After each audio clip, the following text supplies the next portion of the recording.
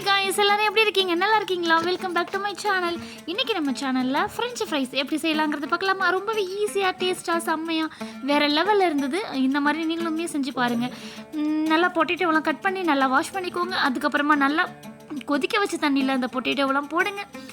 அதுலேயே கொஞ்சம் சால்ட்டும் ஆட் பண்ணிக்கோங்க. அதுக்கப்புறமா நல்லா அதை ஒரு ஹாஃப் பாயில் ஆனதுக்கப்புறமா நீங்கள் அதை அப்படியே எடுத்து வடிகட்டிக்கோங்க. கொஞ்சம் கூட ஈரமே இருக்கக்கூடாது.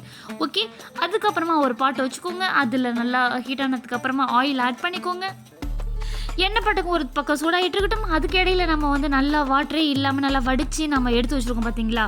அந்த உருளைக்கிழங்கை அதில் நம்ம சால்ட்டு போட்டு கார்ன்ஃப்ளவரும் போட்டு நல்லா மிக்ஸ் பண்ணிக்கணும். மிக்ஸ் பண்ணிவிட்டு அதுக்கப்புறமா சூடான எண்ணெயில் தூக்கி நம்ம போட்டு பொரிச்சு எடுக்க வேண்டியது தான்.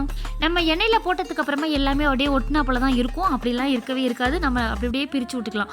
அதுக்கப்புறமா பாருங்கள் எப்படி இருக்குது பார்த்தீங்களா? சூப்பராக வேறு லெவலில் இருக்குது பார்த்தீங்களா? இதை அப்படியே நம்ம எடுத்து அதில் டிஷ்யூ பேப்பரை வச்சு அதில் ஒரு போட்டுக்கலாம். அப்போ தான் அதில் உள்ள எண்ணெய்லாம் அது இழுத்துக்கும். சரியா? அதுக்கப்புறமா இதில் நம்ம உப்பு கொஞ்சம் தூவிக்கலாம். அதுக்கப்புறமா தேவையான அளவு மிளகாப்பொடியும் நம்ம தூவிக்கலாம். இங்கே குட்டீஸ்லாம் சாப்பிட்றதுனால மிளகாப்பொடி நான் தூவலை. ஓகே, அதெல்லாம் வேணாம் அப்படின்ட்டாங்க. அதனால் நான் ஸ்கிப் பண்ணிட்டேன்.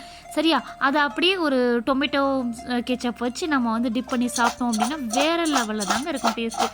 ட்ரை பண்ணி பாருங்கள். கண்டிப்பாக ரொம்பவே சூப்பராக ஈஸியாகவே இருந்துச்சு. தேங்க்ஸ் ஃபார் வாட்சிங்.